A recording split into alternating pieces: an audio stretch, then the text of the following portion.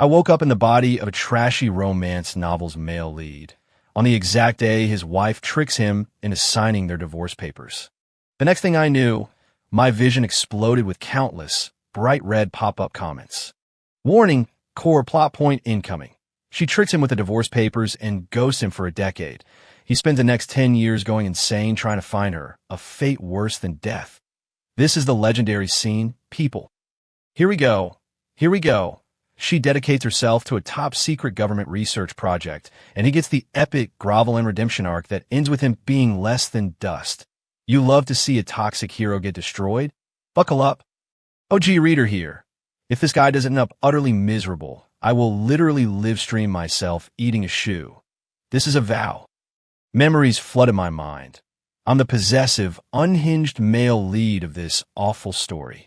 I misunderstand her. I hurt her. I break her heart into a million pieces. After she dedicates her life to science, I discover the truth and am overwhelmed with regret. I mutilate myself, destroy my own company, and have a complete mental breakdown. A redemption arc built on misery? Please. I'm not the original chump who occupied this body. Why the hell would I play the role of her pathetic lovesick simp? You want to leave? Fine by me. Don't let the door hit you on the way out. The whole world is out there, and I'd rather enjoy it alone. Isn't that a better deal? I glanced down at the divorce papers she was trying to trick me into signing, then smiled. Are these divorce papers? Great, I'll sign. You should have just said you wanted a divorce. Why all the cloak and dagger stuff? Is the money all sorted out? Chloe Vance froze. Her eyes went wide, staring at me. The pen in her hand nearly clattered to the floor. The pop-ups went ballistic, frowny face. Holy crap, he knows. Wait, he knows, and he's still signing. What happened to the plot? Where's the heart-wrenching anguish? I'll never let you go. Speech. Did he get the wrong script? At Shoe Eater from upstairs, the shoe is still fresh. When's the live stream? I'm waiting. I watched her deer in the headlights, expression, and sneered internally. Keep acting. Go on.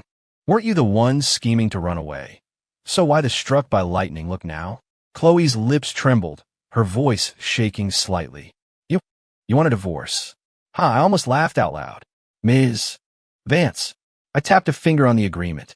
It's in black and white. You handed me the divorce papers. You're the one who wants the divorce. Why? Sneak around trying to trick me. It would have been so much easier to just ask. I pushed the signed document across the table to her. Is the money all sorted out?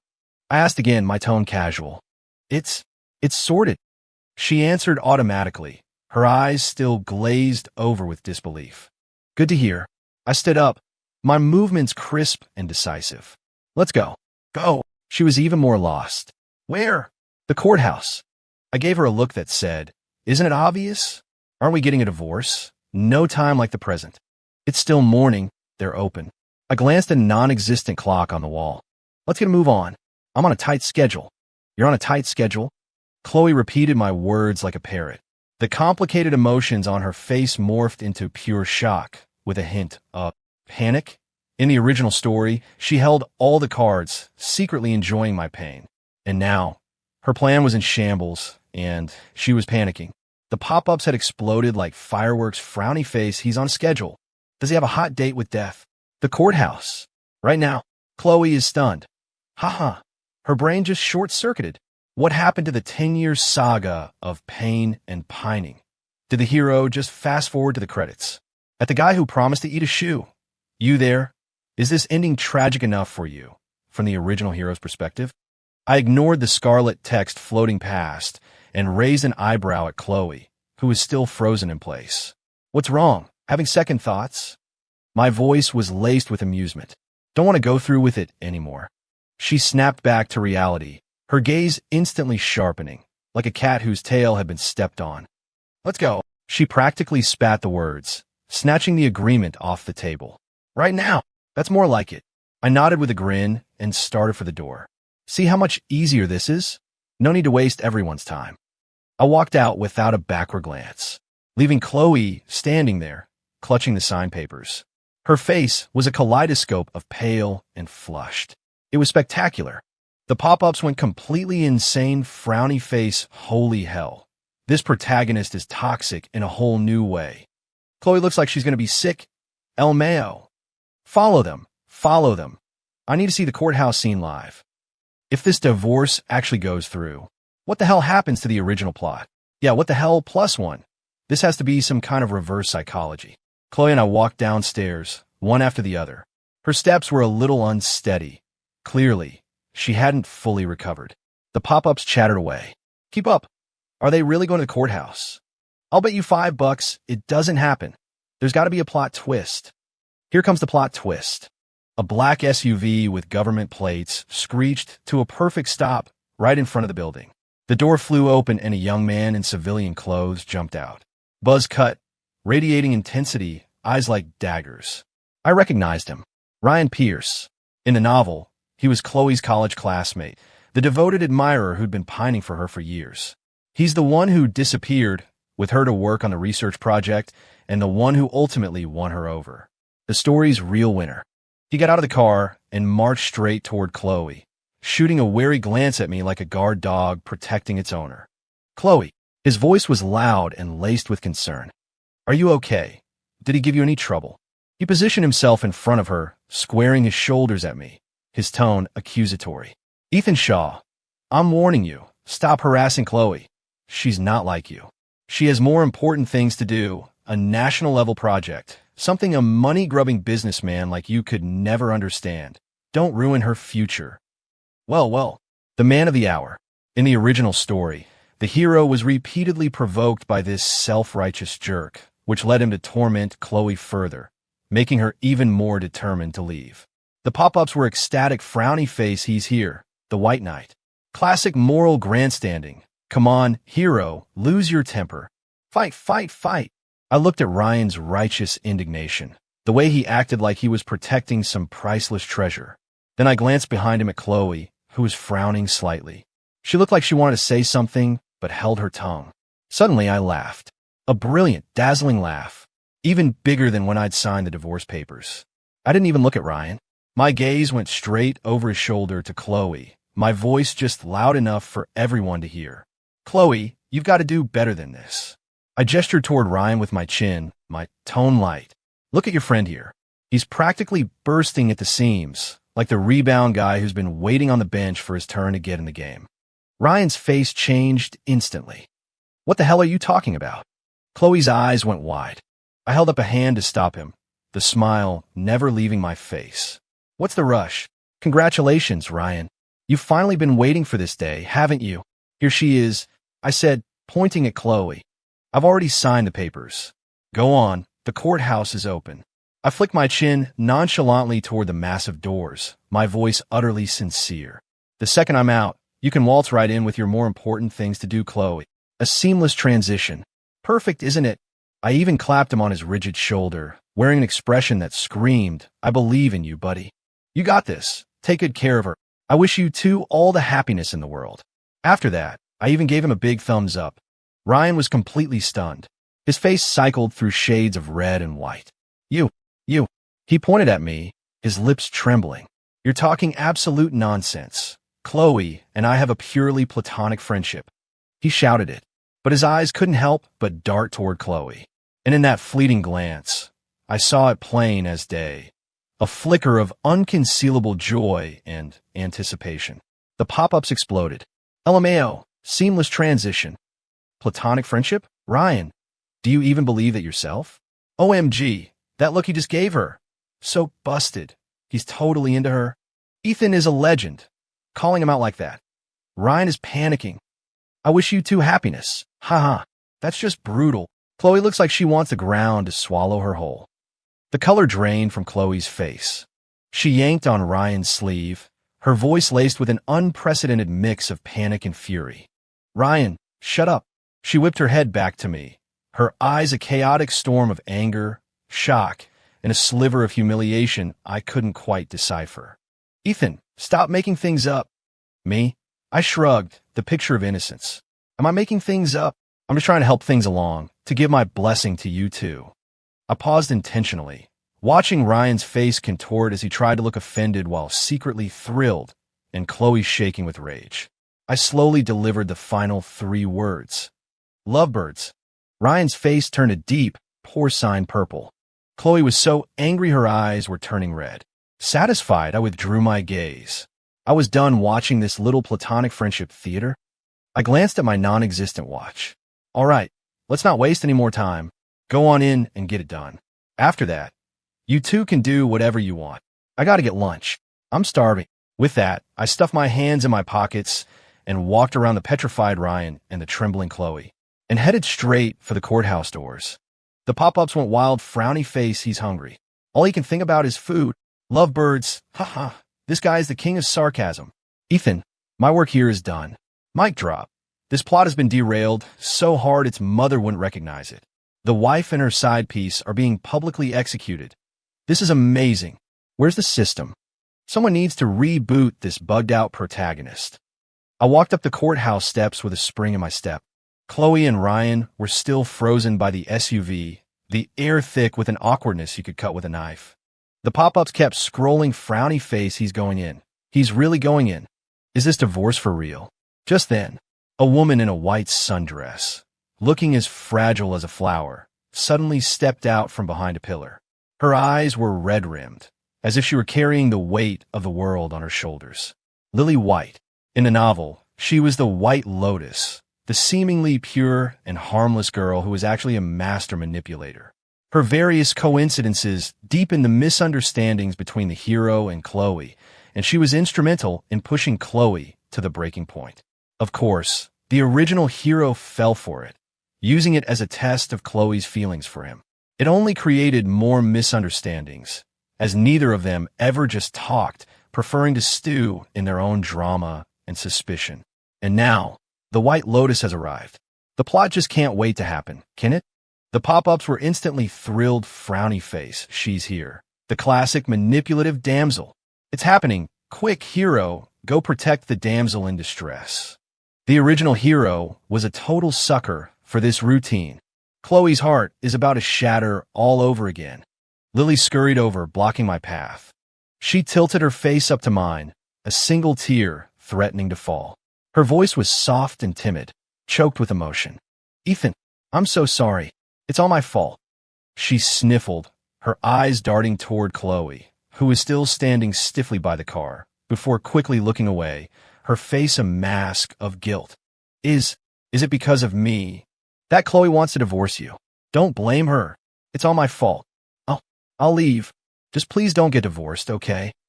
The performance was flawless. The stench of fake innocence was overwhelming. According to the original script, the hero should be overcome with pity right now, comforting her immediately and growing even more annoyed with the unreasonable Chloe. Behind me, Chloe would see this. Her face would turn paler, her heart colder. The pop-ups were waiting for the show, frowny face, wow. That performance is a bit much. Come on, Ethan, comfort her. Chloe looks furious. The classic love triangle. Here we go. I stopped. I looked at the woman before me, on the verge of tears, acting as if the universe revolved around her. I smiled. Not the brilliant, dazzling smile from before. This one was laced with amusement, a bit of coldness, and a whole lot of impatience. You? I scanned her from head to toe, my expression like I was looking at a rock on the sidewalk. My voice wasn't loud, but it was crystal clear. Who the hell are you? Lily was dumbfounded. Chloe was stunned. I could have sworn I saw a flicker of pleasure in Chloe's eyes. Lily's tears froze in their tracks, her expression locking in place. Ethan. She was baffled, unable to believe it. I frowned, my tone dripping with undisguised disgust. Don't call me that. Do I know you? You're in my way. Move. I started to walk around her. Lily panicked and grabbed my sleeve. Ethan, it's me, Lily White. How could you? Let go. My voice turned to ice. My eyes flashed. Lily flinched as if she'd been shocked and instinctively let go. I brushed off the spot on my sleeve where she'd touched me, as if trying to remove something foul. Only then did I properly look at her face, which was a canvas of shock and hurt. My tone was as flat as if I were discussing how to sort the recycling. Oh, Lily White. Doesn't ring a bell. However, the corner of my mouth twitched into that cold, impatient smirk again. Listen closely. I'm divorcing Chloe because she... I pointed down the steps at the pale-faced Chloe. Want a divorce? Does it have anything to do with you? I let out a short, sharp laugh. Not a damn thing.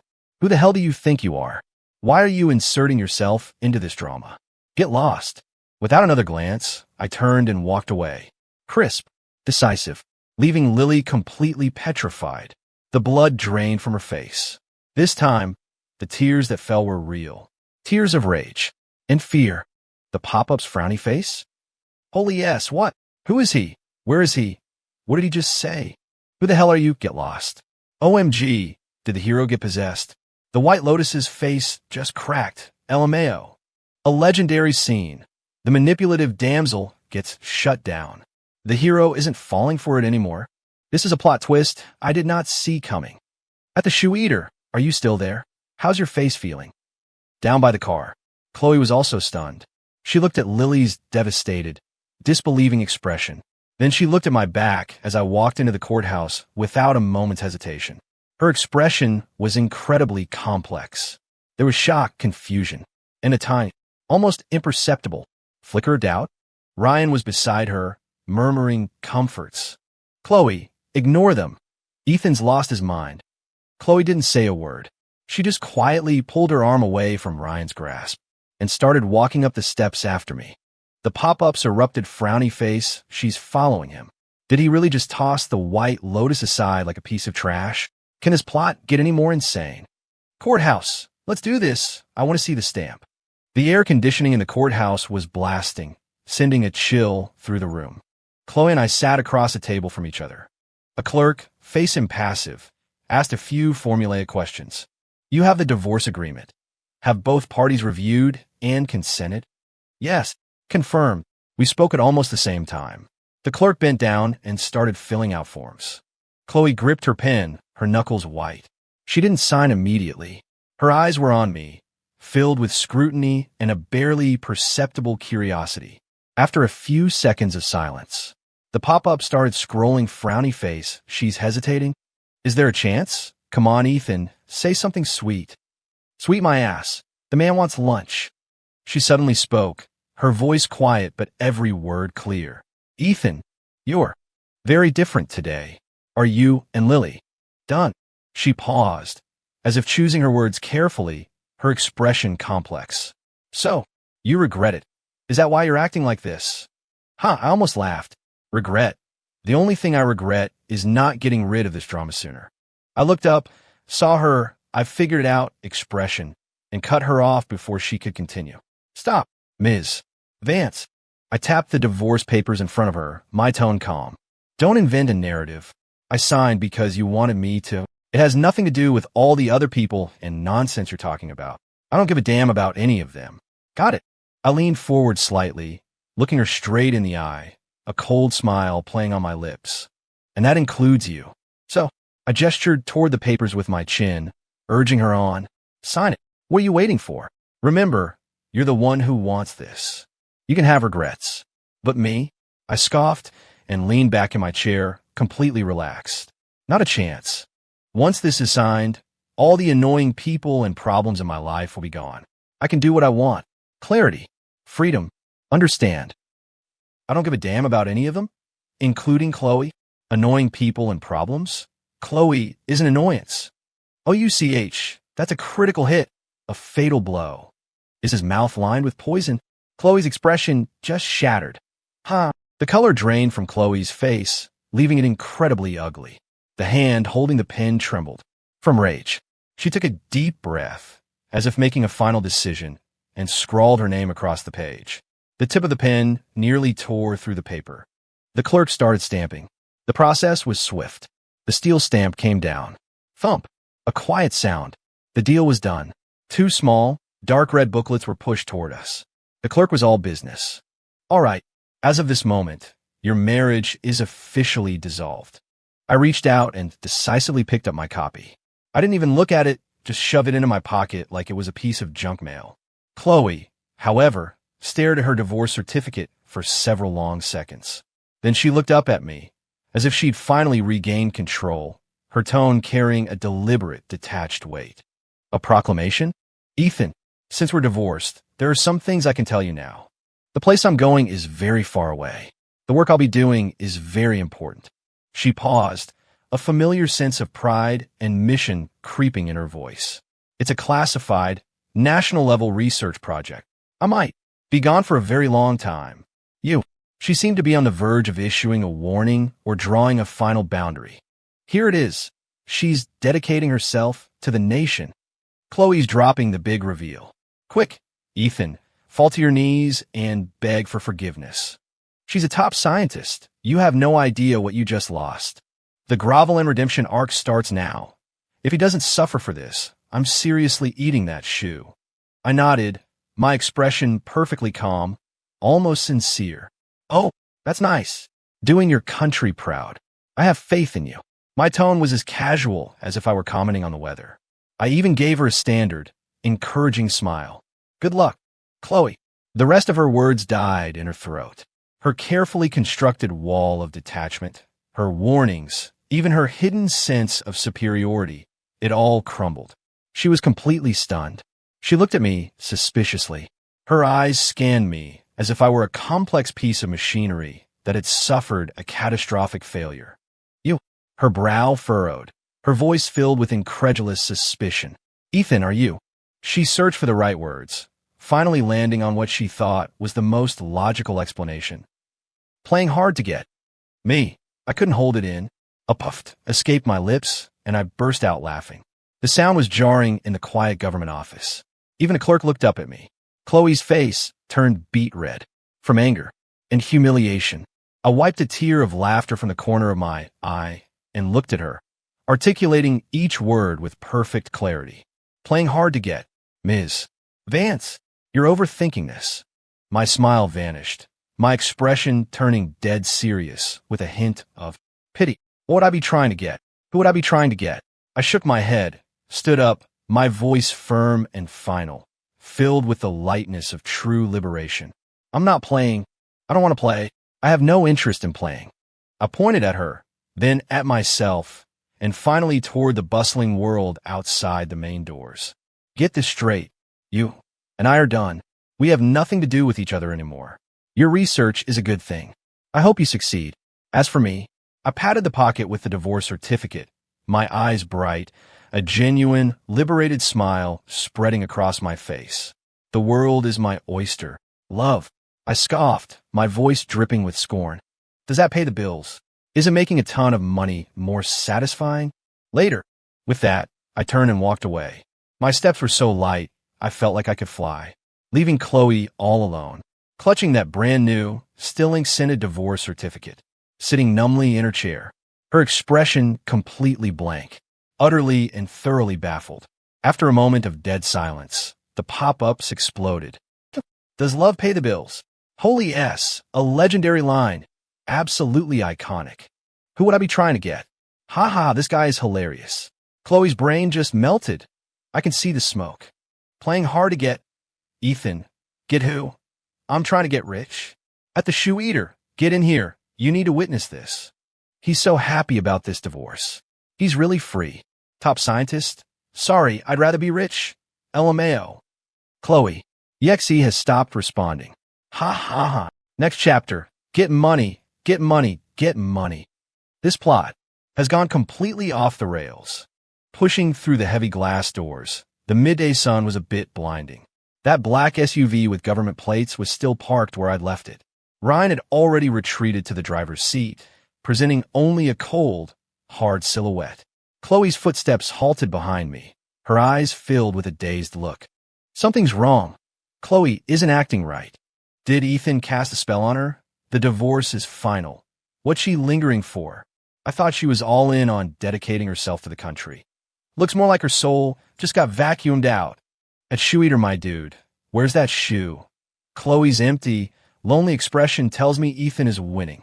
Ryan rolled down the window, his voice carrying across the distance, sharp with urgency. Chloe, get in the car. We're on a schedule. He sounded like he was hailing a space shuttle about to launch. Chloe flinched as if startled awake, her shoulders stiffening.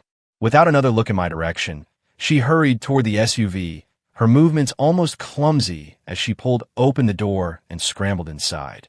The door slammed shut with a definitive thud, sealing her off from the world. The engine roared to life, and the SUV quickly merged into traffic, disappearing around the corner. I shrugged, completely unconcerned. Just then, a wispy white figure, radiating an aura of profound sorrow, once again materialized in front of me. Lily White. She was still here. Her carefully arranged hair framed a face with eyes as red as a rabbit's. The cultivated fragility turned up to 11. She tilted her face up, her tear-filled eyes locking onto mine, her voice a suppressed sob with a trembling, upward lilt. Ethan, how could you become like this? She took a tiny step forward, closing the distance, manufacturing intimacy. I know you and Chloe got divorced. You must be so sad, right? You weren't like this before. Was it? Was it because I hurt your feelings? Is that why you're being so cold to me on purpose? I know I was wrong. Stop. I cut off her dramatic monologue with a flat expression, not even bothering to raise an eyebrow. Patience is a luxury I don't waste on persistent, annoying gnats. I pulled out my phone, unlocked it, and opened Venmo, my fingers flying across the screen. A moment later, I held up the payment successful screen for her to see. $100. My voice was devoid of any emotion. For your emotional damages. There you go.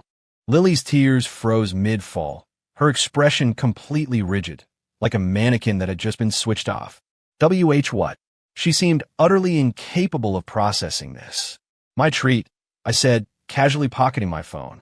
To compensate you for the oxygen and time you wasted in my presence. Lily, I leaned in slightly, my voice low, but each word as sharp and cold as an icicle. Final warning. Don't ever show your face to me again. The air you breathe, I pause, a truly nasty smile spreading across my lips, is disgusting.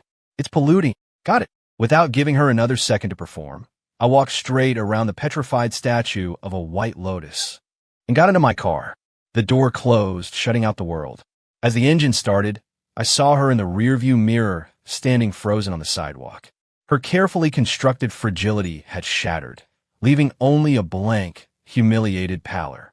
She looked like a cheap, faded doll abandoned on the side of the road. The pop-ups in my vision exploded like a fireworks finale. Frowny face, LMAO, $100 for emotional damages. Ethan, you are a monster. Polluting the air, ha ha. Is his mouth made of acid? The White Lotus just got vaporized. Her entire system has crashed. A precision strike, a financial, Venmo, and psychological insult, double tap. Ethan is my hero.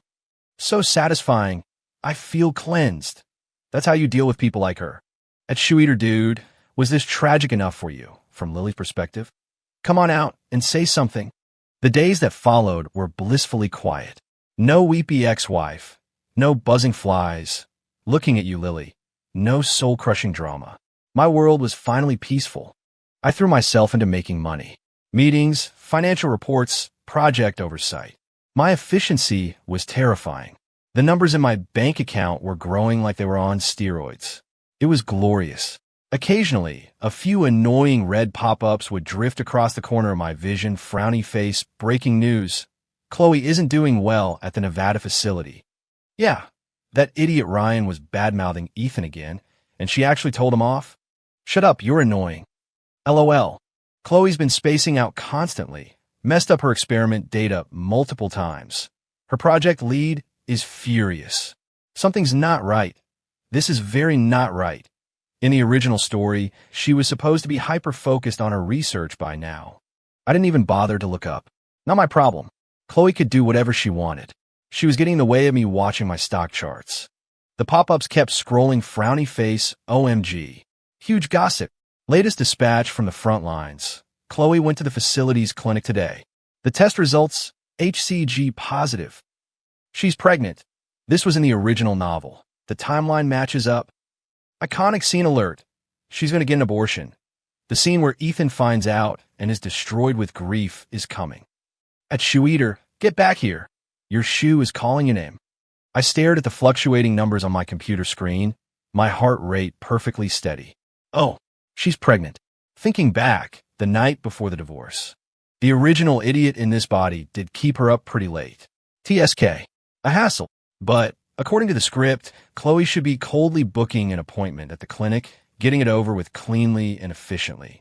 Then she'd use this proof to stab the original hero in the heart one more time, making his life a living hell. I know the drill. Good. Solves the problem for good. I took a sip of my coffee. Didn't even break my rhythm. But the pop-ups suddenly changed their tune, frowny face. Wait, she didn't book an appointment? She's been sitting on a bench in the hallway with the lab report for the entire afternoon. That moron Ryan is pacing like a caged animal, trying to convince her to get rid of that bastard's mistake. But she shut him down with a single death glare. Her boss talked to her, said the project was at a critical stage. And she hesitated. She said, she needs to think about it. Think about it. In the book, she signed the consent form without even blinking. Holy crap, the script is broken again. Chloe, you're not following the rules. Hey, Dad, this is your fault. I saw the words, think about it, flashing in the pop-ups. I raised an eyebrow. Chloe was still stirring up trouble. Is the system's plot correction this aggressive? It won't even let me off the hook for this. It want me to deal with the whole secret baby trope. Annoying. One afternoon, the scarlet pop-ups in the corner of my vision suddenly exploded. So dense they almost blocked my sight. Frowny face. OMG, OMG, OMG. Breaking news. The Nevada Facility Clinic. Something happened. TOCHLOE. What happened? She was fine this afternoon. The baby is gone. The light is on. Nurses are rushing in and out, and they look pale. That idiot Ryan is outside, squatting with his head in his hands like a kick dog. Did he do it? Probably. He was the one who brought her a bowl of soup this afternoon. I'm reporting him. That monster. I didn't even flinch, just took a sip of my coffee. The pop-ups continued their frantic scroll. Frowny face. The lights off. They're wheeling her out. Her face is white as a sheet. She's awake. She's awake. Her eyes are terrifying, just staring straight at the ceiling. Ryan is rushing over. He's asking her, Chloe, are you okay? All fake and concerned. OMG. Here it is, the big scene. Chloe is speaking. Her voice is hoarse, like sandpaper. She just asked Ryan one thing. Why? That moron Ryan is trying to deny it. The pop-ups paused for a beat. A few seconds later, the red text exploded with unprecedented shock. Frowny face. It's happening. A nuclear meltdown live on site. Ryan has lost his mind. He's completely unhinged. Chloe just asked him why, and he shot up like a firecracker. His eyes are bulging like a goldfish. He's spraying spittle everywhere. He's screaming. He's screaming at Chloe, who's lying weak and pale in a hospital bed after a miscarriage. Why? You're asking me why? Chloe, let me ask you something. Why the hell, even now, are you still thinking about that bastard Ethan Shaw? You're divorced, the baby is gone. So why were you still keeping that stupid sonogram picture? Hiding it like it was some kind of treasure? The pop-ups froze for a second, as if stunned by the furious outburst, before gushing even more frantically. Frowny face. Holy yes, he just confessed. A sonogram picture? Chloe kept it. Is that the point? The point is Ryan knew she was hiding a sonogram of Ethan's baby. He was spying on her? That's terrifying. Ryan's performance was clearly not over. The red text continued to scroll at high speed. Frowny face. Ryan is still screaming, completely hysterical. 10 years. I followed you around like a damn dog for 10 years. I did everything for you. And for what? Did you ever even see me? Huh? Your head is full of that bastard who hurt you the most. The one who threw you away like trash, Ethan Shaw. Why? What's so great about him? He's nothing but a greedy, heartless, piece of crap businessman. What does he have that I don't? The scarlet text was immediately flooded with comments. Frowny face. You poison someone and cause a miscarriage. You don't have a single thing he does. Disgusting. 10 years of devotion. More like 10 years of being a creepy stalker.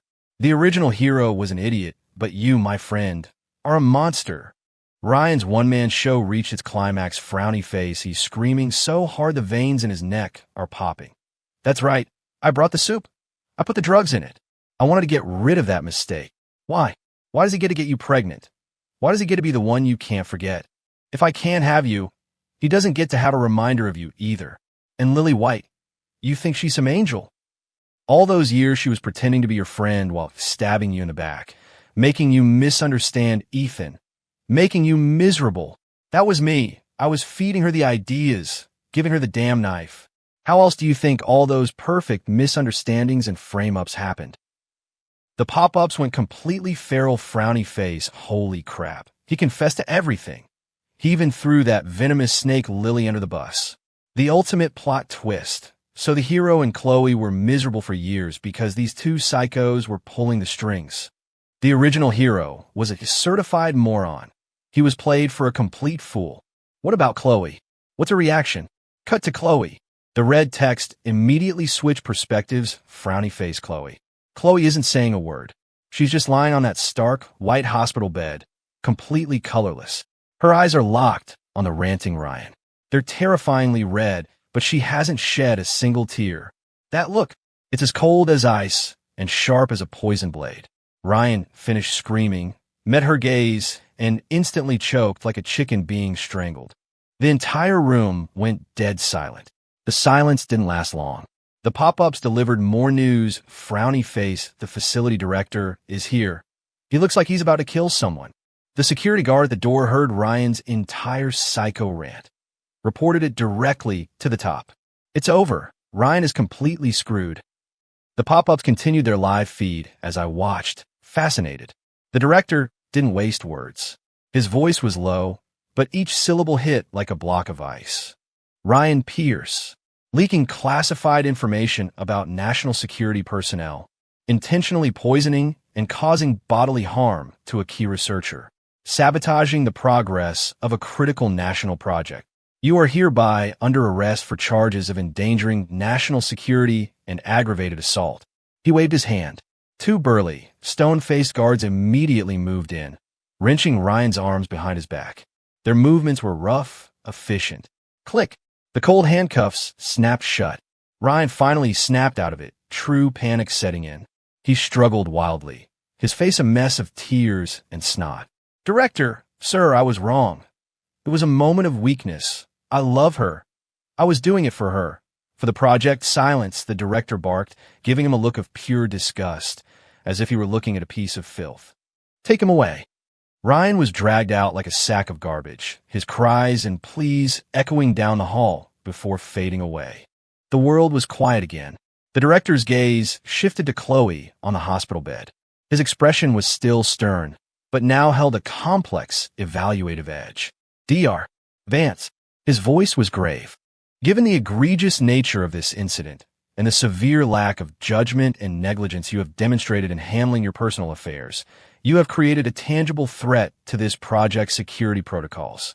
This facility can no longer assume any of the potential risks associated with your presence. After careful consideration, it has been decided to suspend your participation in Project Chimera. Effective immediately, you are to leave the facility. Await further instructions regarding your final disposition. It was absolute. There was no room for appeal. Holy yes, she's been kicked out. Chloe got fired. That's harsh, but I guess it makes sense. She literally let the wolf into the hen house and almost got herself killed. Project Chimera. So it really was a top-secret project. Well, it's all gone. Chloe lost her job, her baby, everything. Ethan. Paging Ethan Shaw. This is your fault. Chloe lay on the bed. The last traces of color drained from her face. Her lips moved, as if she wanted to say something, but in the end, not a single word came out. She just slowly, wearily closed her eyes. Her long lashes trembled violently. A single, murky tear finally squeezed from the corner of her eye, tracing a path down her pale cheek and disappearing into her hair. The scarlet pop-ups tirelessly summarized the grand finale. At the Nevada facility, frowny face Ryan Pierce is looking at some serious prison time. Life sentence, probably. That snake Lily White has also been invited for a chat by the authorities. She'll probably be keeping Ryan company soon. Chloe Vance has packed her bags and been escorted off the premises. No one knows where she is. Word is, she's in a very bad state. At Shoe Eater, my man, your shoe is safe. Ethan won without lifting a finger. His enemies are defeated, and Chloe is at rock bottom. Ethan, get out here and give your victory speech. I signed the last document on my desk while watching the live commentary. The ink bled into a perfect curve on the expensive paper. I closed the folder. My assistant respectfully took it from me. I picked up the glass of ice water on my desk and took a long drink. The cold slid down my throat. A few days later, Chloe found me. Ethan, Her voice was as rough as sandpaper. I didn't turn around. The pop-ups instantly came alive, frowny face, here we go. The big confrontation. She tracked him down. Turn around, you idiot. I slowly pivoted. Her face was deathly pale. The dark circles under her eyes were enormous, and her stomach was flat. Oh, so she dealt with it. I raised an eyebrow. Can I help you? She stared past me at the door to my apartment. Why did you change the locks? My lock was broken, so I replaced it. Why wouldn't security let me into the building? Company policy. Policy. I used to get in just by showing my face. You used to be the boss's wife. I smiled, polite and distant. And now, you're a stranger. The pop-ups went wild, frowny face brutal. From boss's wife to stranger, LMAO. Chloe's eyes reddened. I called you. Why didn't you answer? I pulled out my phone and swiped a few times. I blocked you. What? Clause 7 of the divorce agreement. I recited it like I was reading from a textbook. Both parties agree not to interfere in each other's lives in any way, shape, or form. Is your memory failing you, Ms. Vance? She suddenly broke down, sobbing. Ethan, do you even have a heart? I was pregnant, and I had a miscarriage. I sighed dramatically. I never would have guessed Ryan was that kind of person. Don't you worry. He'll get what he deserves. Chloe hesitated for a moment, then grabbed my wrist. I regret it. Ethan, I still love. I shook her hand off. Chloe, you've got it all wrong. Love is a little game for people with too much time on their hands. For me, I poked a finger at her chest, then pointed to my own temple. The money is here. The brains are here. Love. Check the third compartment of the trash chute. Maybe you'll find it there. The pop-ups howled with laughter, frowny face. The third trash compartment. Ha. The official ambassador for the anti-romance movement. She suddenly lunged at me like a wild animal. You weren't like this before. You said you'd love me forever. I sidestepped neatly. She slammed into the door. I thought the door-slamming incident would be the grand finale. I was wrong. Ms. Chloe Vance had activated stalker mode. The pop-ups were loving it, frowny face, possessive ex-girlfriend alert. The villain arc is live. Ethan is in danger. Someone get this man a restraining order. First, my home security camera caught a shadowy figure lurking outside. At 3 a.m, disheveled hair, staring into the lens and whispering, I know you're in there. I called the cops immediately.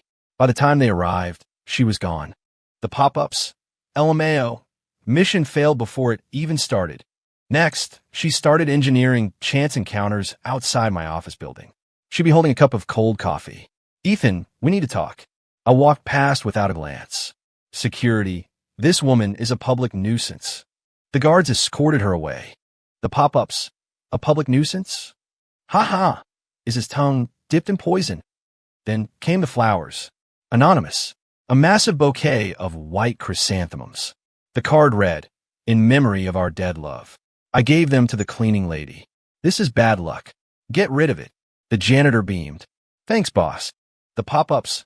White chrysanthemums. Chloe, you are unhinged. Cleaning lady, don't mind if I do. The absolute peak was when she somehow got my private number. She called late at night. The sound of howling wind in the background. Her voice was faint and ghostly. Ethan, I'm on a rooftop. If I jumped, would you regret it for the rest of your life? I was tracking the NASDAQ and didn't even look up. Give me the address.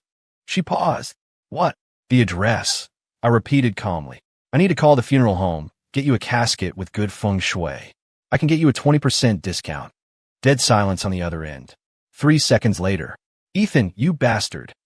Click. She hung up. The pop-ups went completely berserk, frowny face, the rooftop. She's playing for keeps. Ethan, casket's 20% off. LMAO. Chloe's spirit has been broken. At the Shoe Eater, get in here. This is a legendary scene. I was done. Truly done. I had my lawyer send her a cease and desist letter. It included evidence of all her harassment. One more incident, and we'd see her in court. The world was quiet for 3 days. On the afternoon of the 4th day, she somehow bypassed multiple layers of security and appeared directly in my penthouse office. Her face was as white as a ghost. Her eyes were fixed on me. In her hand, she clutched the legal letter. It was crumpled into a pathetic ball. The pop-ups instantly filled the screen, frowny face, holy yes. She breached the fortress. The final boss battle. Ethan, use your ultimate attack. Ethan. Her voice was terribly hoarse. Do you hate me this much? I put down my pen and leaned back in my chair. Hate? I laughed. Chloe, you give yourself way too much credit. Hate requires an emotional investment. For you, there are no emotions. It's a waste of my time. Understand?